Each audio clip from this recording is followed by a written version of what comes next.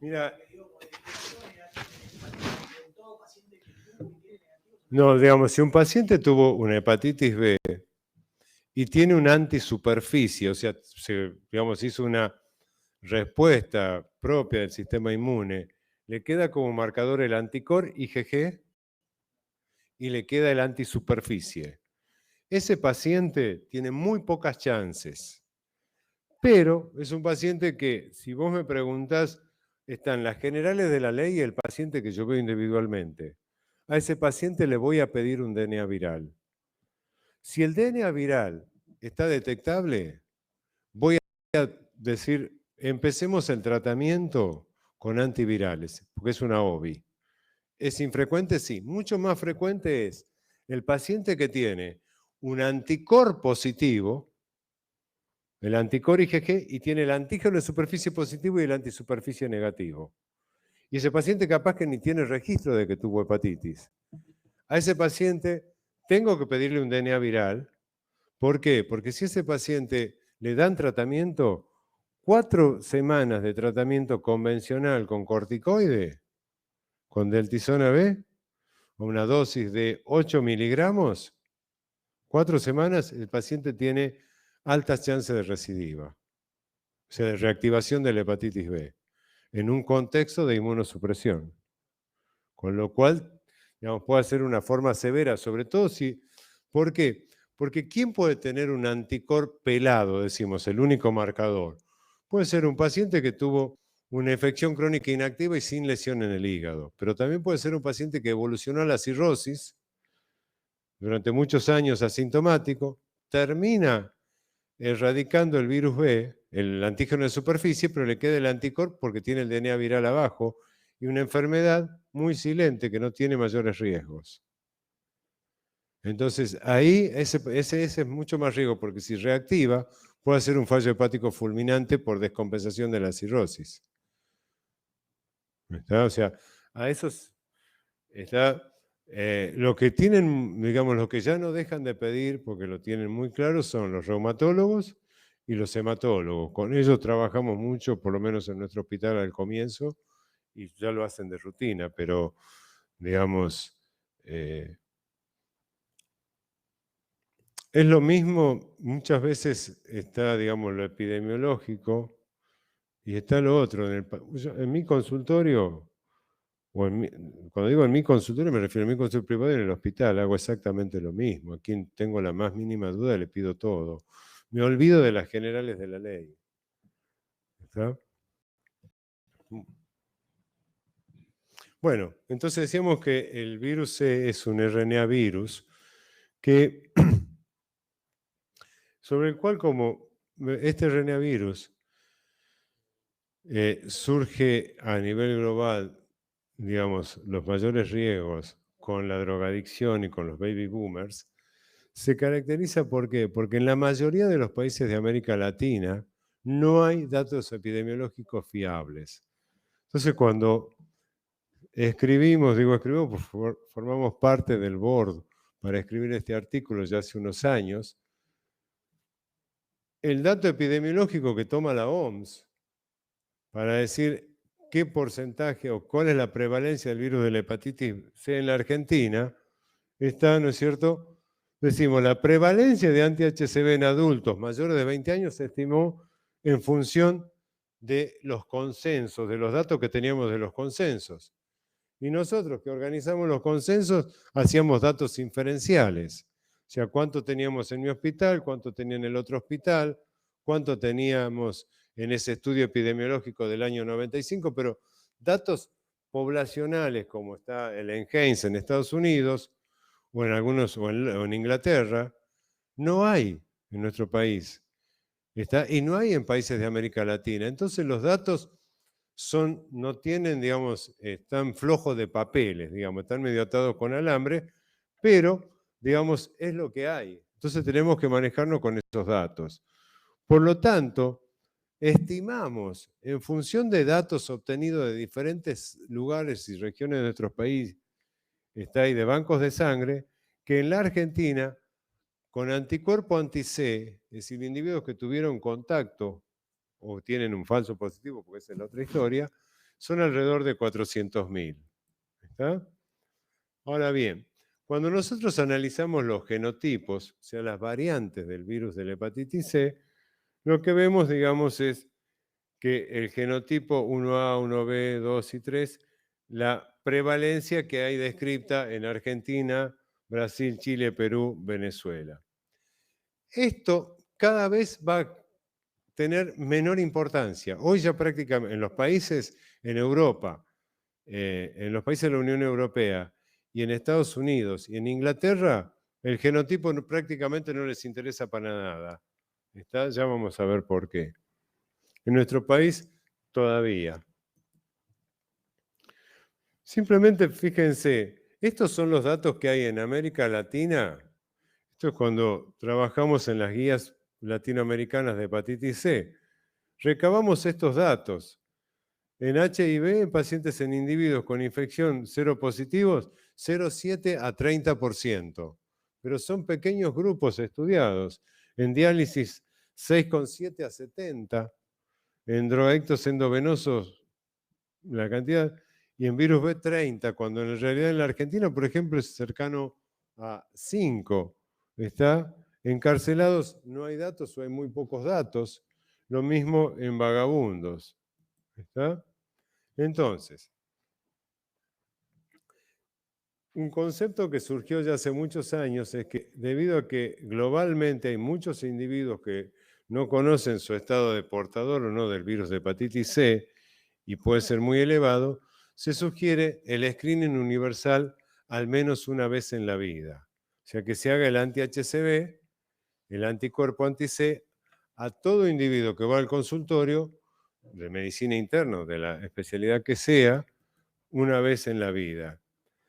¿Está? Esto lo propone también nuestra sociedad ya en el año 2014. ¿Está? Este es un consenso que se hizo en el año 2013. El primer consenso de hepatitis C se hizo en el año 2000. ¿Está?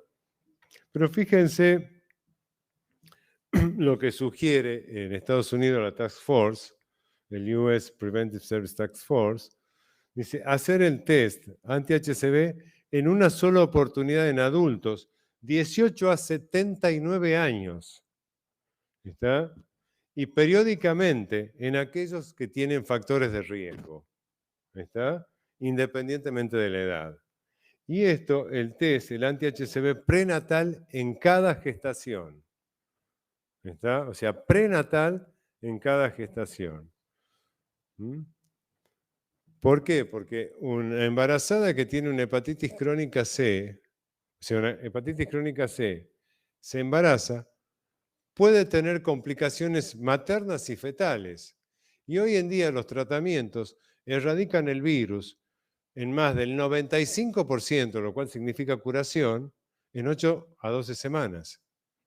¿Está? Entonces, si es prenatal, anticipado, estudiado, es fácil y uno evita una serie de complicaciones.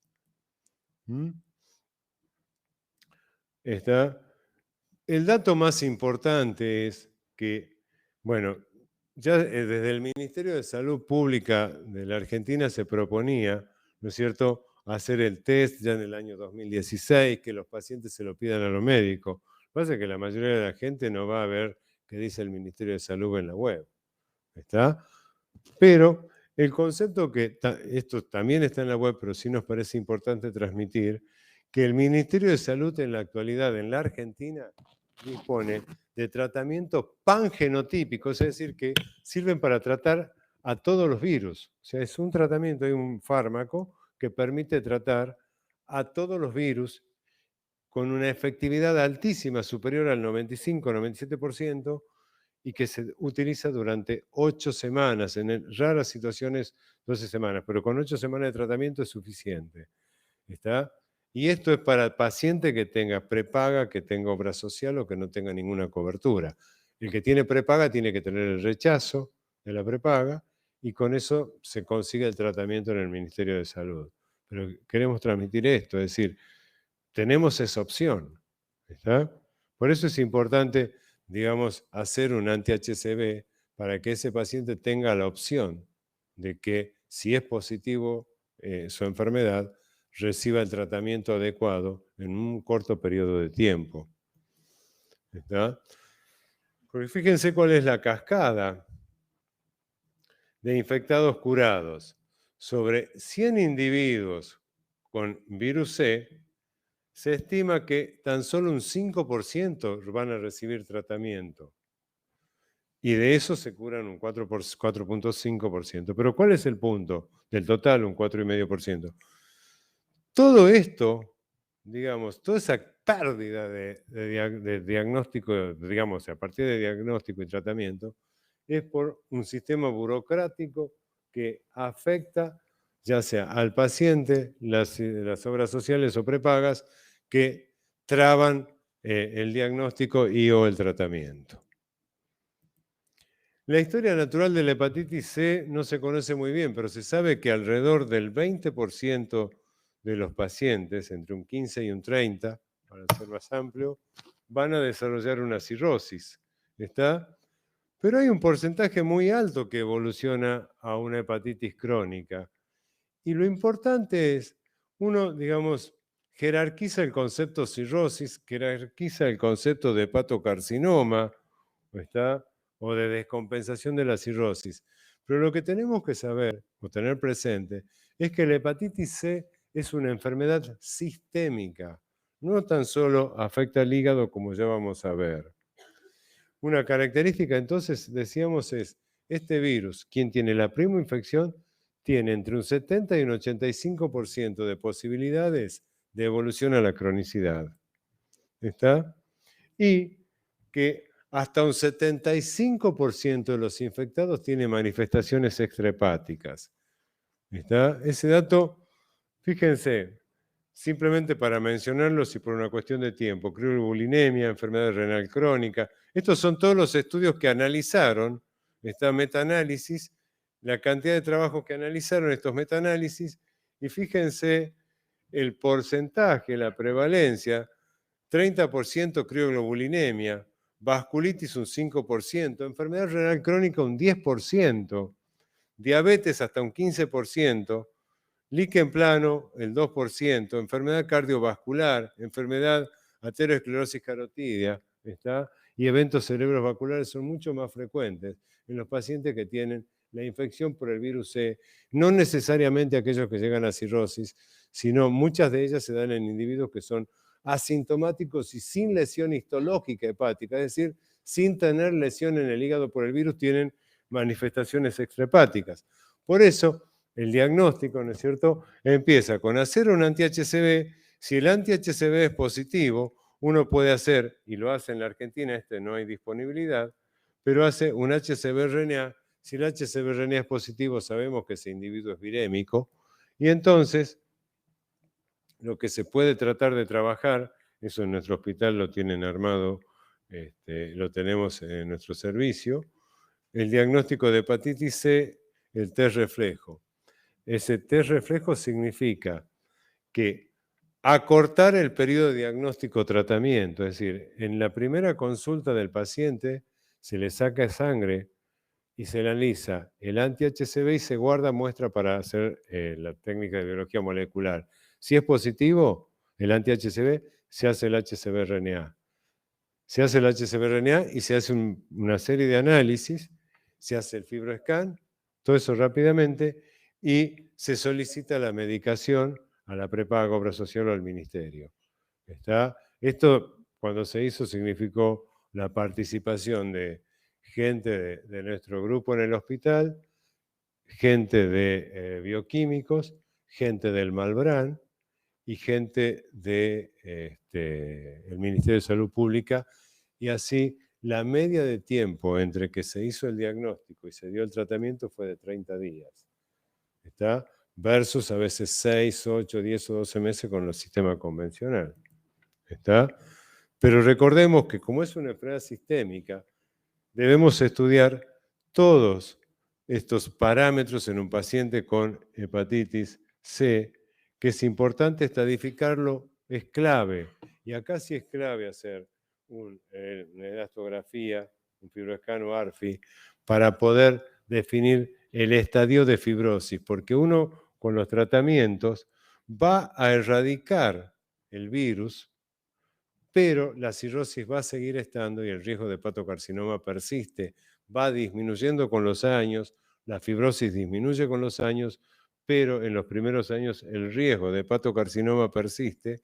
Entonces, uno podrá hacerlo, como decimos, FibroScan, ARFI, resonancia magnética, FibroTest, FIB4, APRI, ¿está? Pero el paciente debe ingresar en un plan, si tiene una cirrosis, de vigilancia para detección precoz del hepatocarcinoma. Esto es ecografía y alfa-fetoproteína, ecografía de abdomen y alfa-fetoproteína semestralmente. ¿Está?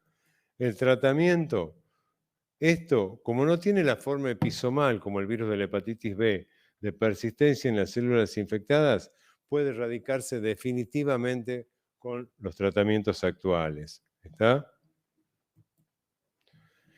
Estos son los tratamientos que hay, pero en realidad este de acá, Glecaprevir y Pibrentasvir, es pangenotípico, lo mismo que Voxilaprevir, Velpatasvir y Sofosbuvir. Esas combinaciones son pangenotípicas. La idea, digamos, es, esos están disponibles en la Argentina. Este Glecaprevir, Pibrentasvir, es el más barato de los pangenotípicos disponibles. El otro se utiliza en situaciones muy especiales, pero son 8 semanas, 12 semanas de tratamiento, erradicación del virus en forma definitiva de circulación en más del 95% de los casos. Antes había un montón de contraindicaciones para dar tratamiento cuando se utilizaba interferón. Hoy todas esas contraindicaciones que antes se consideraban ya no son consideradas, y sí, digamos, lo que interesa es cirrosis por esto del seguimiento, interacciones farmacológicas, eso es importante. Si el individuo se está drogando activamente, lo que se sugiere es no tratar. Evaluar las comorbilidades por los riesgos que pueden tener los individuos. Y antes tan solo se trataban los individuos que tenían una enfermedad hepática avanzada, es decir, fibrosis 3-4, y si uno quería tratar fibrosis 1-2 tenía que pelearse con las prepagas, obras sociales, y hoy no hay contraindicación, esto es una disposición del ministerio, está legalizado ya, entonces se trata cualquier individuo independientemente del estadio de fibrosis de su hígado. ¿Está? ¿Qué pasa? ¿Está volviendo? ¿Sí? Eso que no tomamos nada, ¿no? A ver, avanzar acá, ahí. A ver si así lo toma. Sí. Bueno, recordemos, más del 95% de respuesta viral sostenida. Entonces, el concepto que más nos interesaba que compartir es que es una enfermedad que tiene impacto hepático y sistémico, que hay que hacer el anticuerpo anti-C al menos una vez en la vida. Que hacerlo solamente en poblaciones en riesgo es insuficiente. Al contrario, en poblaciones en riesgo de tener la infección hay que repetirlo periódicamente. Y que optimizar el diagnóstico y el tratamiento de todos los infectados con estos test reflejos, o sea, cortar el prediagnóstico terapéutico es la clave. Y que diferir el tratamiento de la hepatitis C favorece el desarrollo de injurias orgánicas que pueden ser irreversibles. Por eso, aunque un individuo tenga una sola vez alteración de las enzimas hepáticas, se justifica ya ir a buscar las hepatitis para ver si no tiene una hepatitis crónica subyacente. ¿Por qué? Porque en las enfermedades hepáticas crónicas, en la hepatitis B y C, las transaminasas pueden ser absolutamente normales o pueden tener elevaciones cíclicas y no necesariamente, y tan solo tienen una forma persistentemente elevada, un 25 o un 30%. Así que ese concepto nos parece importante, remarcando lo que había mencionado Florencia. Muchas gracias. Ahora sí, tenemos el caso, ¿no? El caso clínico. Bueno, Flor, es todo tuyo.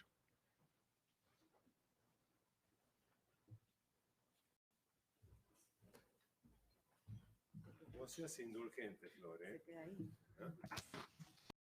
Me da orden. Las mujeres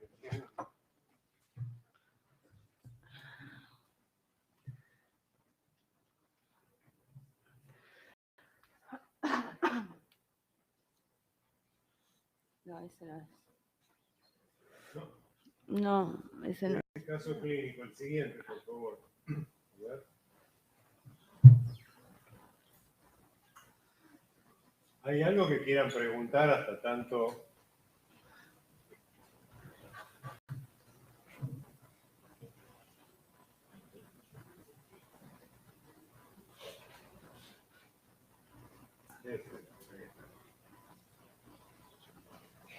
Ah, porque está, a ver. A ver si... Ahí está. Ese. Perfecto. Aparecía... Sí, sí. Bueno, vamos a discutir un poco este caso clínico para cerrar un poco los temas que vimos hoy. Bien, se trata de un paciente de sexo masculino de 70 años de edad, que es derivado a nosotros para estudio de una hipertransaminasemia asintomática. Como antecedentes, el paciente es hipertenso, toma valsartán y amlodipina desde hace más de 10 años, recibió hemotransfusiones a los 18 años,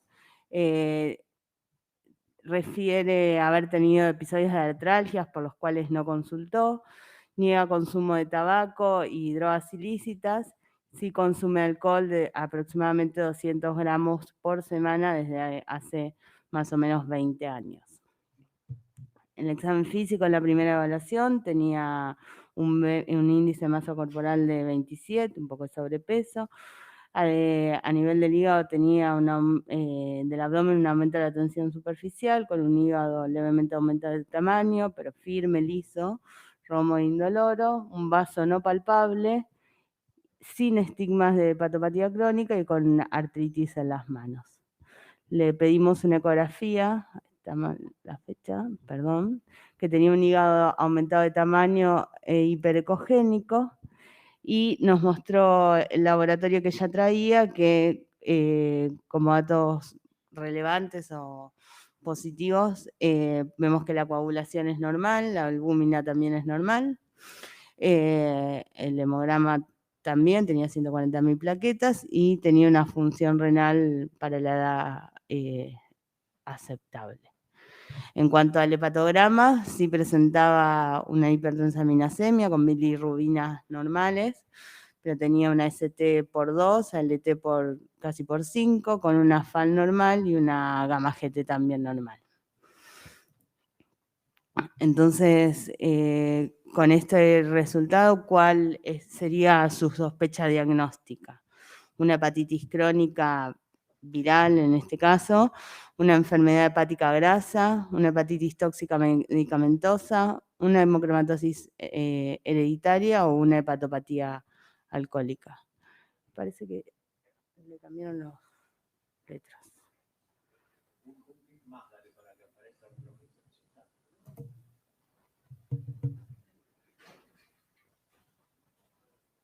Algo quedó distinto.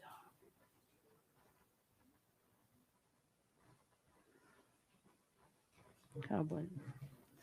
Cambiaron los números. Pero bueno, ya está. Sí.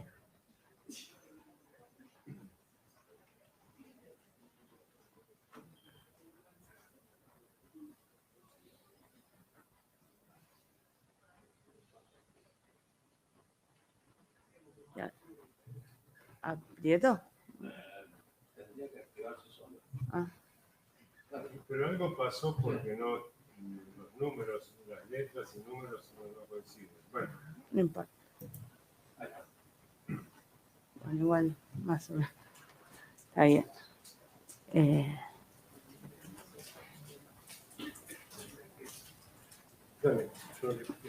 Bueno, en algunas cosas no coinciden con la que habíamos puesto, pero hepatitis crónica, como vimos, es una causa frecuente o que siempre tenemos que considerarlo al momento de evaluación de un paciente con hipertransaminasemia, y este paciente particularmente tiene antecedentes de transfusiones a los 18 años, tiene 70 años hace muchos años.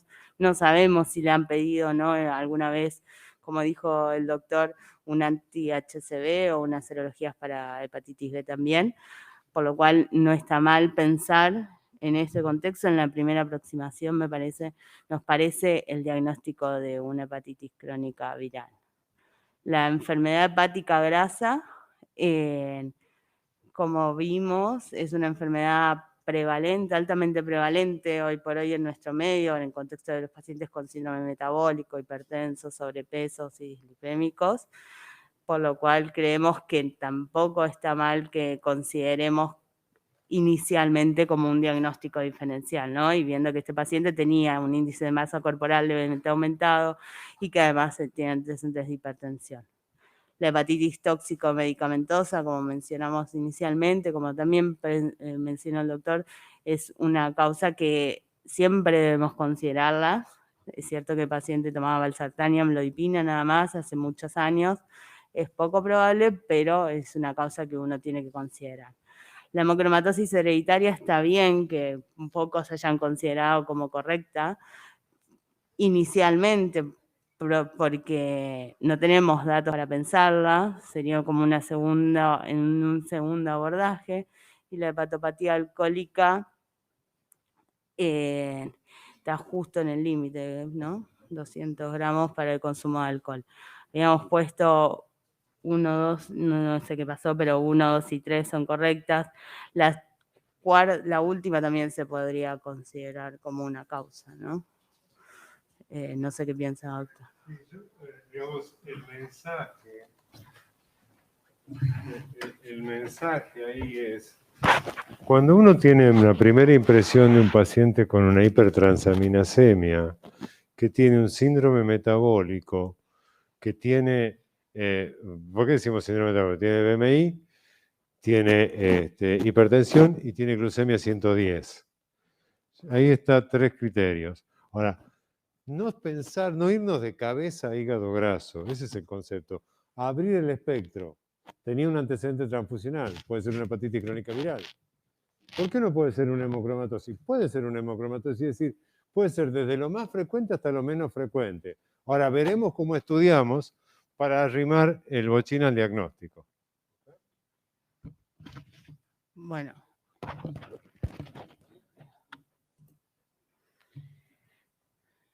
Y siguiendo esto y pensando en lo que mencionábamos recién, ¿cuál sería o qué plan diagnóstico propondrían para este paciente en particular? ¿Aprieto? Los marcadores virales, el hepatograma con coagulación de protrombina, glucemia, colesterol, triglicéridos, metabolismo del hierro, un proteinograma electroforético, la ecografía abdominal y la F y la G son combinaciones de las anteriores.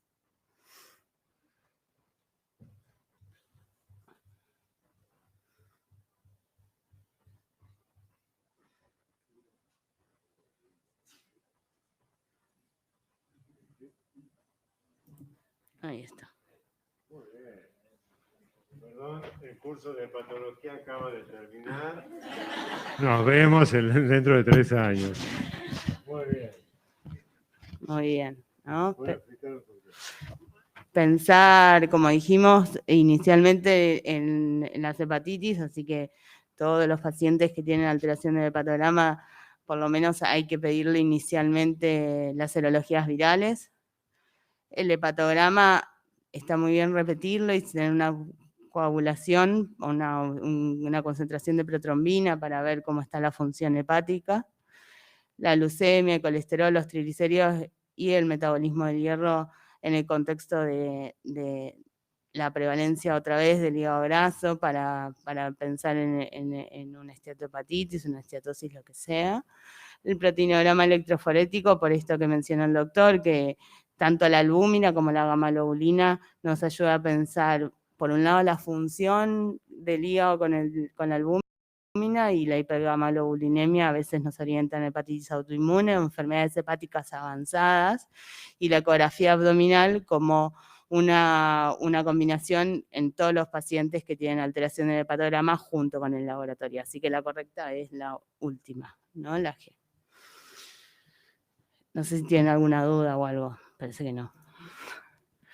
En el laboratorio, siguiendo lo que dijimos anteriormente, que le pedimos nosotros, se se le solicitó todas estas determinaciones, ven que las plaquetas siguen en valores normales, el hemograma también, tiene una leucemia de 115 con un OMA, que está acá abajo, de 4.6, se tiene insulinoresistencia, las enzimas persisten alteradas con un patrón más hepatocelular, tiene un colesterol aumentado, la gamma-globulina está normal, la albúmina es normal, tiene una ferritina aumentada, levemente aumentada, pero está aumentada, con una saturación de transferrina normal.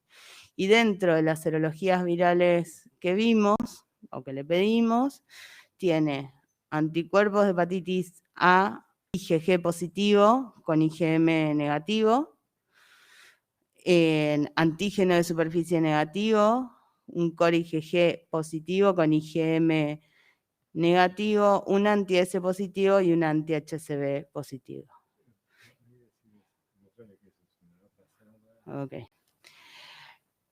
Viendo lo que vimos todo sobre las hepatitis virales, la IgM en la hepatitis A es marcador de infección aguda, de hepatitis aguda, la IgG es de una infección pasada, así que lo que tiene es el antecedente de contacto con el virus de la hepatitis A, pero ya resuelto porque saben que la hepatitis A solo da una hepatitis aguda, tiene un antígeno de superficie negativo, o sea que con un core IgG positivo y un anti-HBs positivo, lo que marca que el antígeno S, recuerden que hablaba de la infección activa o ya sea aguda o crónica, si ese antígeno de superficie está asociado a un IgM positivo, pensamos que tiene una hepatitis B aguda, y en el caso del core positivo habla de que tuvo contacto o tiene contacto con el virus, pero la presencia del anti-S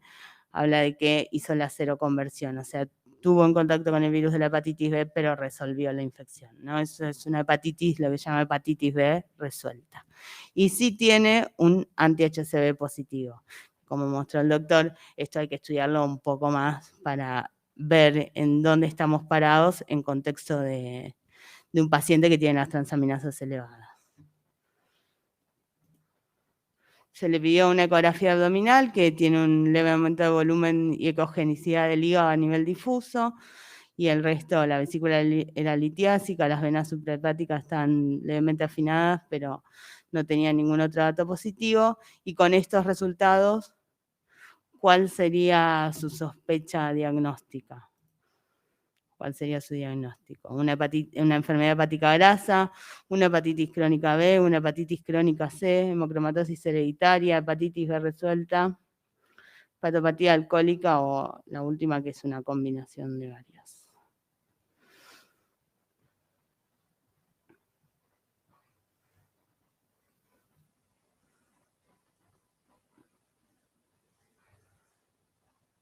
Bueno.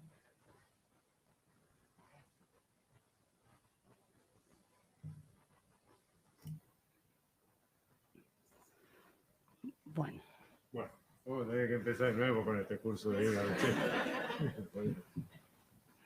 Algunas ya habíamos visto, ¿lo quiere decir usted? A ver, la enfermedad hepática grasa no podemos descartarla, ¿no? No se puede excluir en este caso. Es un paciente que vimos que es hipertenso, sobrepeso, tiene insulinoresistencia, tiene un síndrome metabólico. La hepatitis. Sobre todo, digamos, esto se va a discutir después, pero piensen en la enfermedad hepática grasa, en el individuo con peso normal y metabólicamente sano, que se da en un 10 a 15%.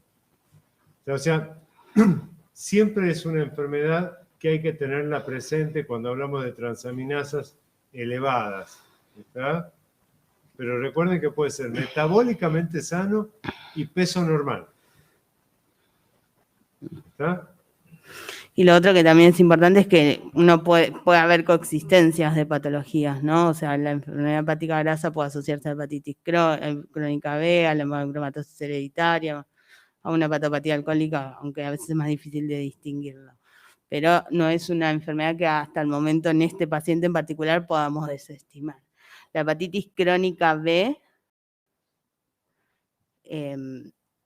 no sería. ¿Por qué? Porque el antígeno de superficie es negativo. La cronicidad en la hepatitis crónica, en la hepatitis B la marca la presencia del antígeno de superficie más allá de los 6 meses.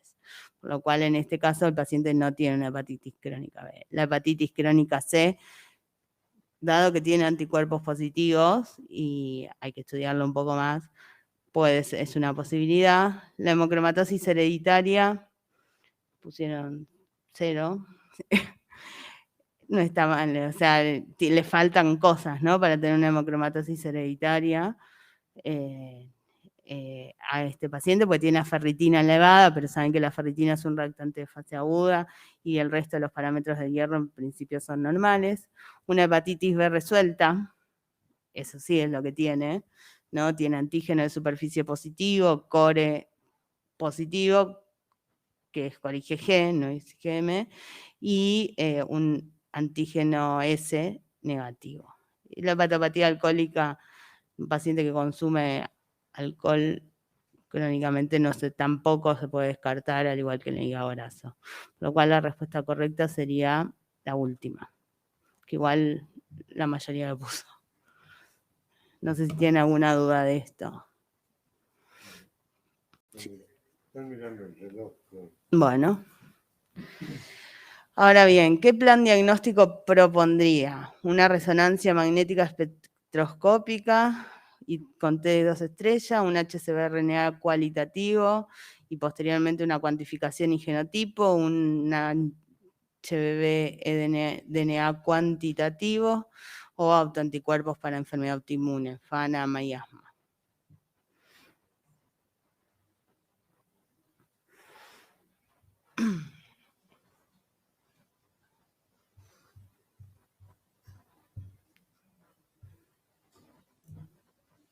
Bueno, bien.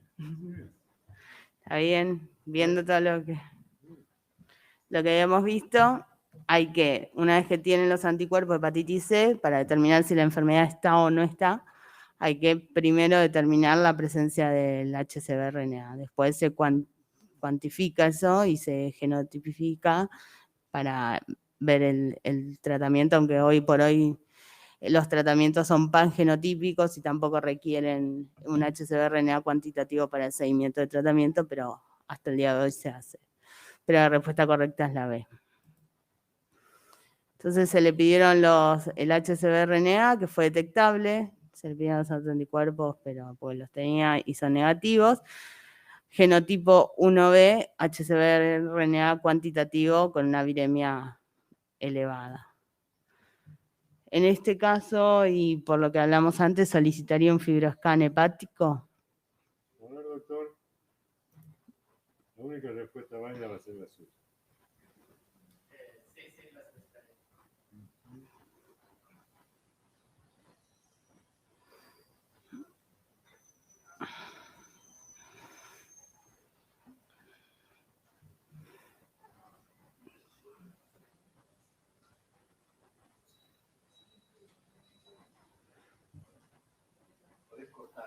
Ah, sí.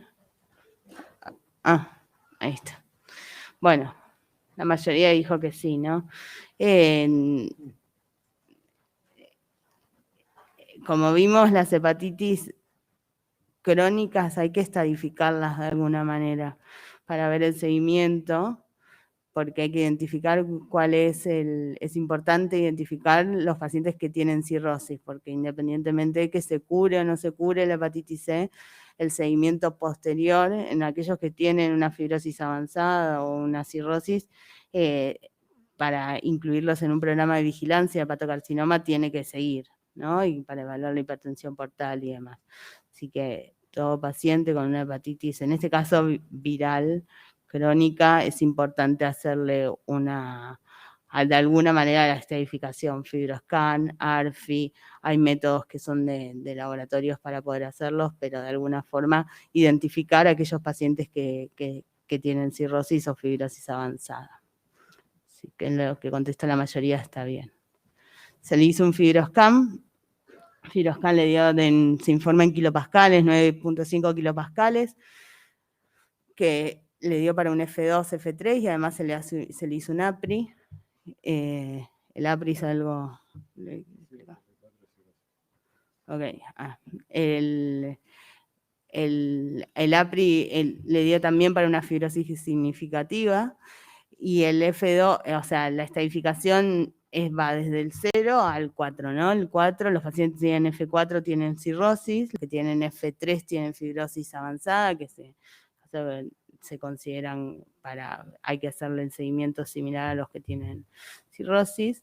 Y en este caso está entre un F2 y F3. El fibroscan y los métodos no invasivos muchas veces en los estadios de fibrosis intermedia no permiten distinguir qué estadio de fibrosis tiene exactamente. A él le dio entre un 2 y un 3, ¿no? Y en este caso, ¿le solicitaría una biopsia hepática? Tal vez considerando las comorbilidades, otros diagnósticos. ¿Qué piensan?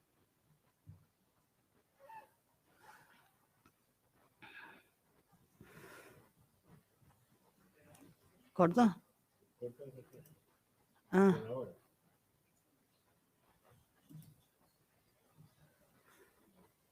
¿Esta la contesta usted? Lo que vos digas, Flor. Este paciente sí le pedimos una biopsia hepática porque era importante definir si tenía una fibrosis 3 o 4, que es 4 dijimos es cirrosis, 3 es precirrosis, pero una precirrosis desde el punto de vista práctico en hepatitis C tiene riesgo elevado de hepatocarcinoma también. Entonces debe ingresar en un plan de vigilancia. No es lo mismo si tiene 2 que si tiene 3. El paciente es hipertenso, tiene grasa, o sea, tiene un síndrome metabólico. Por eso pedimos la biopsia hepática. ¿Está? Y tenía una fibrosis, tenía inflamación importante, A3, fibrosis grado 3, o sea que es una precirrosis, y hay que hacerle seguimiento de hepatocarcinoma una vez que haga el tratamiento, y tiene una esteatohepatitis, que por él es alcohólica y no alcohólica, de las dos. ¿Está? Esta la respondo yo, digo que sí por el ahora, discúlpenme, para que no se vayan y me dejen hablando, ¿no? Porque me preocupen ustedes. ¿Está? ¿Indicaría tratamiento? Sí. ¿Está? Y, bueno, este es el esquema que pusimos. Este paciente recibió glecaprevir, pibrentasvir, durante 8 semanas. ¿Está? Y el RNA fue no detectable. Y además el paciente resolvió su cuadro de artropatía. ¿Está? Así que bueno, ¿tienen alguna pregunta?